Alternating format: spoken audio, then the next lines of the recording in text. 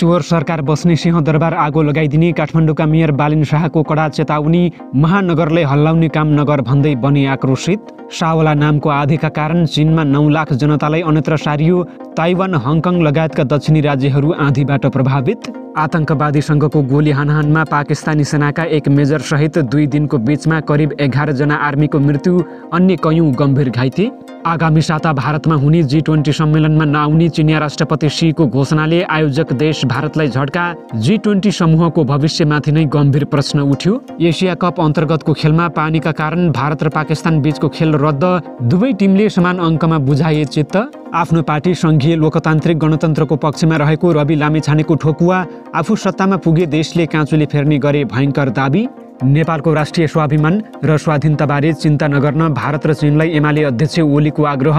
कसैको गुलामी नबनेको इतिहासबारे गराए अवगत। चालु आर्थिक वर्षको साउनमा भारततर्फको निर्यात घट्यो, चीनतर्फको निर्यात भने पहिलेको तुलनामा बढ्यो। खाना पकाउने ग्यास तथा पेट्रोलियम पदार्थको नयाँ मूल्य दरप्रति रापरपा निकट विद्यार्थी सङ्गठनको प्रदर्शन। अविलम्ब मूल्य वृद्धि घटाउन आग्रह। नेकपा एमालेका उच्च स्तरीय टोली गैराती मध्यरातमा चीन प्रस्थान। चीनमा उच्च स्तरीय भेटघाट हुने जानकारी। यस्ता विषयमा छलफल हुने। माग्ने शैलीमा मात्र चीन नजान प्रचण्डलाई रापरपाका वरिष्ठ नेता लोहनीको आग्रह।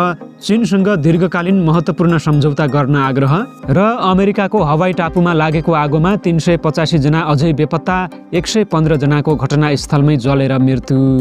नमस्कार, ग्रेटर नेपाल टिभीले तयार पारेको अन्तर्राष्ट्रिय समाचारहरूको सङ्गालो ग्रेटर न्युजबाट विवश बुढाथोकीको यहाँलाई हार्दिक स्वागत छ। बिहानी पखको ग्रेटर न्युज तपाईँले कहाँ कहाँबाट हेर्दै हुनुहुन्छ कृपया जानकारी गराउनुहोला र हाम्रो मेहनतको लागि एक लाइक पनि गर्न नभुल्नुहोला। अब समाचार विस्तारमा। काठमाडौँ महानगरपालिकाका मेयर बालिन शाह बालेन्द्रले सिंहदरबारमा आगो लगाइदिने धम्की दिएका छन्। उनले महानगरपालिकाको गाडी सङ्घीय सरकारले रोकेको भन्दै यस्तो धम्की दिएका हुन्। आजको लागि केही भएन, भोलिबाट हाम्रो महानगरपालिकाको कुनै पनि गाडी सरकारबाट रोकियो भने सिंहदरबारमा आगो लगाइदिन्छु, उनले सामाजिक सञ्जालमा लेखेका छन्। उनले सरकारलाई चोरको संज्ञा समेत दिएका छन्। उनले भनेका छन्, याद राख चोर सरकार। बालिनले सरकारको काम कारबाहीप्रति निरन्तर कटाक्ष गर्दै आएका छन्। तर पछिल्लो समय शनिबार भने उनले अराजक अभिव्यक्ति दिएका हुन्। सावला नामको आँधी शनिबार दक्षिणी चीनमा आइपुगेको छ। आँधीको चेतावनीलाई ध्यानमा राख्दै एक दिन अघि करिब 9 लाख मानिसलाई सुरक्षित स्थानमा सारिएको थियो। यसका साथै आँधीका कारण हङकङ र चीनका तटीय दक्षिणी भागहरूमा व्यापारिक गतिविधि, यातायात सेवा र विद्यालय बन्द गरिएका छन्। क्वाङतोङ प्रान्तको मौसम विज्ञान ब्युरोले यो शक्तिशाली आँधी हङकङको दक्षिणी भागमा रहेको चुहाई सहरमा बिहानै 3:30 आएको बताइएको छ।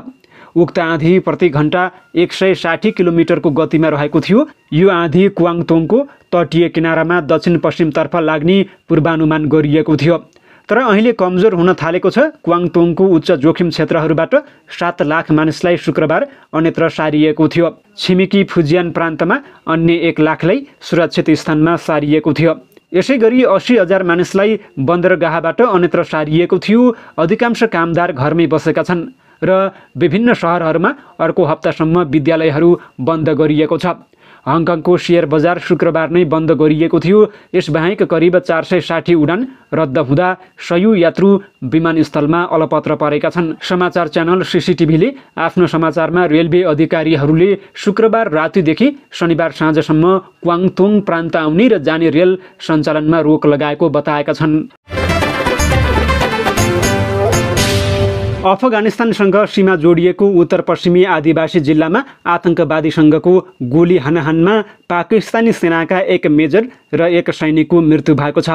खैबर पख्तुनख्वा प्रान्तमा प्रतिबन्धित तेहरिक-ए-तालिबान पाकिस्तान TTP आतंकवादी समूहले गरेको आत्मघाती आक्रमणमा 9 सैनिकको मृत्यु भएको 2 दिनपछि यो घटना भएको हो।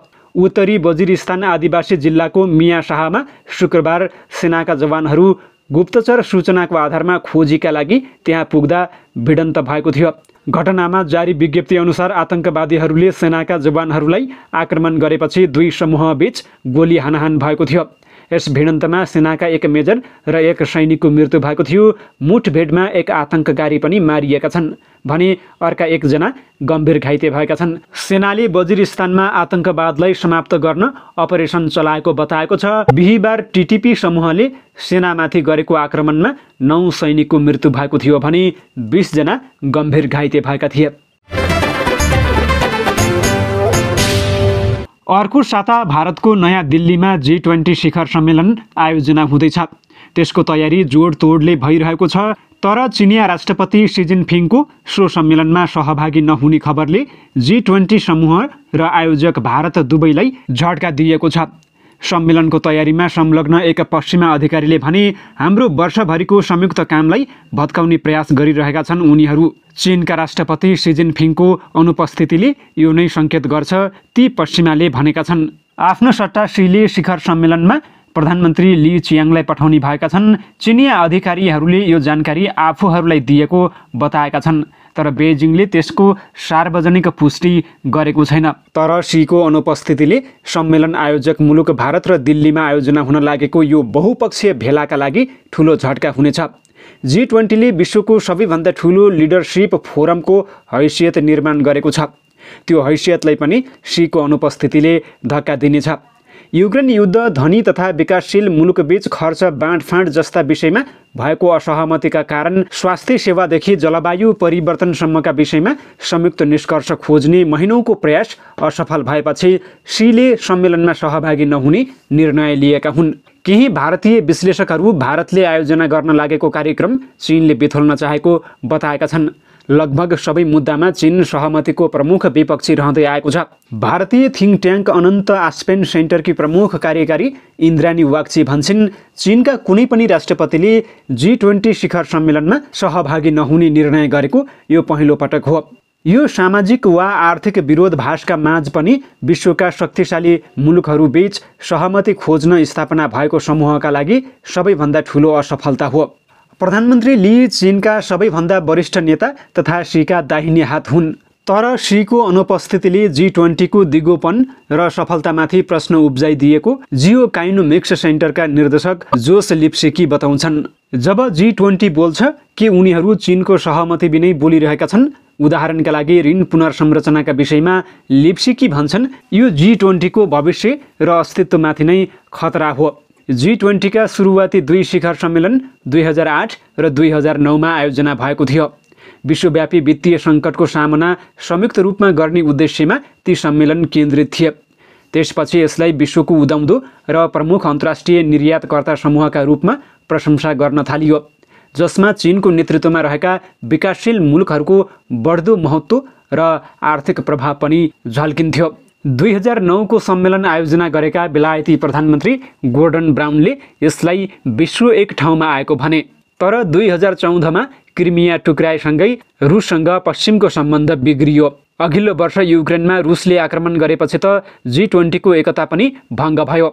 अर्कोतिर पछिल्ला वर्षहरूमा अमेरिका र चीन बीचको बढ्दो तनावले विकसित र विकासशील मुलुकहरू बीचको दरार अझ झन चौडा भएको छ।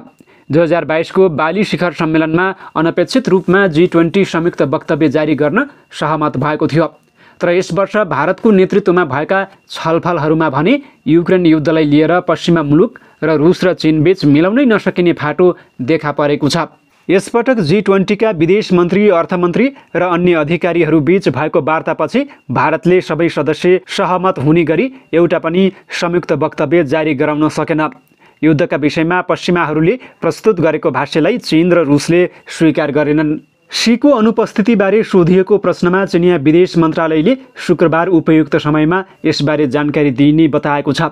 कतिपय विश्लेषकहरू सम्भवतः चीनले सुरुमा G20लाई आफ्नो भू राजनैतिक प्रभाव बढाउने माध्यमका रूपमा हेरे पनि यो समूह अहिले आफ्नो लागि चुनौती लाग्न थालेको तर्क गर्छन्।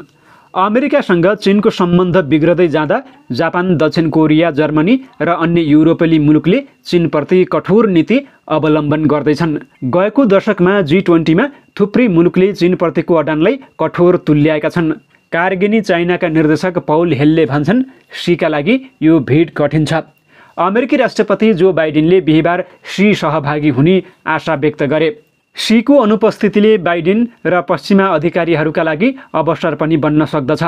बाइडेनका राष्ट्रिय सुरक्षा सल्लाहकार जेक सुलिभानले गत महिना भनेका थिए बाइडेनले नयाँ दिल्ली शिखर सम्मेलनलाई अमेरिका र मन मिल्ने साझेदारहरूका लागि संयुक्त प्रस्ताव अघि सार्ने अवसरका रूपमा हेर्नु भएको छ। एसिया कप अन्तर्गत भारत र पाकिस्तान बीचको खेल रद्द भएको छ। भारतले दिएको 267 रनको लक्ष्यमा पाकिस्तानले ब्याटिङ गर्न नपाउँदै खेल वर्षाका कारण रद्द भएको हो। समूह ए को यो खेल रद्द भएसँगै दुवै टिमले एक एक अङ्क बाँडेका छन्। अघिल्लो खेलमा नेपाललाई हराएको पाकिस्तान सुपर 4 मा पुगेको छ। अब नेपाल र भारत बीच सोमबार हुने खेलपछि सुपर 4 मा पुग्ने दोस्रो टिमको टुङ्गो लाग्नेछ। नेपाल र भारत बीचको खेलको विजेता सुपर 4 मा पुग्नेछ। त्यसअघि श्रीलङ्काको पल्लेकेलेमा टस जितेर पहिलो ब्याटिङ गरेको भारत 48.5 ओभरमा 266 रनमा अल आउट भएको थियो। भारतका लागि हार्दिक पाण्डेले 87 र ईशान किसानले 82 रन बनाउन बाहेक अरू ब्याटरले उल्लेख्य रन जोड्न सकेनन्। पाकिस्तानका शाहिन शाह अफ्रिदीले 4 तथा नसिम शाह र हरिस रऊफले समान 3-3 विकेट लिएका थिए। राष्ट्रिय स्वतन्त्र पार्टी रासोपाका सभापति रवि लामिछानेले आफ्नो पार्टी सङ्घीयताको पक्षमा रहेको बताएका छन्। सप्तरीको राजविराजमा हिजो पत्रकारसँग कुराकानी गर्दै उनले शिक्षा, स्वास्थ्य, सामाजिक परिवर्तनको सूचकका रूपमा रहेको क्षेत्रमा भइरहेको व्यथितिको अन्त्य हुनुपर्ने बताएका छन्। देशमा भइरहेको भ्रष्टाचार अन्त्य गर्न निरन्तर लागि पर्ने बताउँदै सभापति लामिछानेले भ्रष्टाचार विरुद्ध केही राम्रा काम भइरहेको उल्लेख गरे। भ्रष्टाचार अभियोग लागेका सत्तारूढ दलका नेता कार्यकर्तालाई संरक्षण गर्न छलछाम सामसुम गरिरहेको भन्दै उनले रासोपा प्रतिपक्षमा रहेर थप जिम्मेवारीका साथ काम गर्ने बताएका छन्। सभापति लामिछानेले भने हाम्रो पार्टी वर्तमान शासन व्यवस्था विरोधी होइन, हामीले प्रत्यक्ष निर्वाचन प्रणालीबाट मुख्यमन्त्री बनाउनुपर्छ भन्दा प्रादेशिक संरचना व्यवस्थाको विरोधी हो कि भन्ने लागेको हुन सक्दछ, तर यस्तो होइन, म स्पष्ट पार्न चाहन्छु। आम नागरिक व्यवस्थासँग जोडिएको छ कि छैन भन्ने कुराको खोजी गर्न जरुरी रहेको उल्लेख गर्दै उनले प्रादेशिक संरचना राजनैतिक भर्ती केन्द्र नभई नागरिकलाई सेवा दिने खालको बन्नुपर्ने बताएका छन्। सभापति लामिछानेले आफ्नो पार्टी निमुखा जनताको अधिकारको लागि अगाडि बढेर काम गर्ने विश्वास व्यक्त गरे। नेकपा एमालेका अध्यक्ष केपी शर्मा ओलीले नेपालको राष्ट्रिय स्वाभिमान र स्वाधीनताका विषयमा छिमेकीले चिन्ता गर्नु नपर्ने बताएका छन्। शनिबार रूपन्देहीमा आयोजित एमालेको लुम्बिनी प्रदेश अधिवेशनमा उनले देशको स्वाभिमान र स्वाधीनता हामी आफैले माथि उठाउने भन्दै छिमेकीले पिर गर्नु नपर्ने बताएका छन्। हाम्रा कुनै छिमेकीले यो कुरामा चिन्ता गर्नुपर्ने, पिर गर्नुपर्ने छैन। आफ्नो राष्ट्रको स्वाभिमान उहाँहरूलाई पनि बोध हुन्छ, हामीलाई पनि हाम्रो देशको बोध हुन्छ। आफ्नै आमा आफूलाई प्यारो लाग्छ, आफ्नै आमाको सम्मान आफूलाई गर्न मन लाग्छ। तपाईँ छिमेकी मित्रहरूले आफ्नै आमालाई सम्मान गर्नुहुन्छ भने हामी पनि हाम्री आमालाई सम्मान गर्छौँ, उनले भने। एमाले अध्यक्ष ओलीले अगाडि भने, तपाईँहरू आफ्नो देशलाई सम्मान गर्नुहुन्छ, हामी पनि हाम्रो देशलाई सम्मान गर्छौँ। तपाईहरू आफ्नो राष्ट्रिय स्वाभिमानमा गौरव गर्नुहुन्छ, हामी झन् बढी गर्छौँ, किनभने हाम्रा पुर्खाहरूले साम्राज्यवादसँग उपनिवेशवादसँग लडेर यो देशको स्वाभिमान गुम्न नदिएर, पराधीन हुन नदिएर स्वतन्त्र राखेकोमा नेपालीहरूले गर्व गर्नुपर्छ। नेपालीको स्वाधीनता दिवस छैन। व्यापार साझेदार मुलुक भारतमा नेपालको निर्यात घटेको छ। चालु आर्थिक वर्षको पहिलो महिनामा भारततर्फको निर्यात 20.84% घटेको हो। व्यापार तथा निकासी प्रवर्धन केन्द्रका अनुसार साउन महिनामा नेपालले भारतमा 8 अर्ब 48 करोड रुपैयाँ बराबरको वस्तु निर्यात गरेको छ, जुन गएको साउन महिनाको तुलनामा 1 अर्ब 69 करोड रुपैयाँले कमी हो। खाने तेलको निर्यातमा उच्च ह्रास आएपछि भारततर्फको निकासी घटेको केन्द्रको विश्लेषण रहेको छ। तथापि केन्द्रका अनुसार साउन महिनामा अघिल्लो वर्षको सोही अवधिको तुलनामा चीनतर्फको निर्यात 527%ले बढेको छ। यो साउनमा नेपालले चीनमा 39 करोडको निर्यात गरेको छ, जबकि अघिल्लो वर्षको साउनमा 6 करोडको मात्रै निर्यात गर्न सकेको थियो। साउन महिनामा नेपालले कुल 13 अर्ब 53 करोडको वस्तु निर्यात गरेको छ। नेकपा एमालेका उच्च स्तरका नेता आज चीन भ्रमणमा गएका छन्। महासचिव शङ्कर पोखरेल नेतृत्वमा रहेको पार्टीको उच्च स्तरीय प्रतिनिधिमण्डल साँझ चीनतर्फ प्रस्थान गरेको एमाले प्रचार विभागका सचिव गगन विष्टले जानकारी दिएका छन्। चिनिया कम्युनिस्ट पार्टीको निमन्त्रणामा पार्टी महासचिव पोखरेल नेतृत्वको टोलीमा पार्टीका केन्द्रीय सदस्यसहित 22 जना रहेका छन्।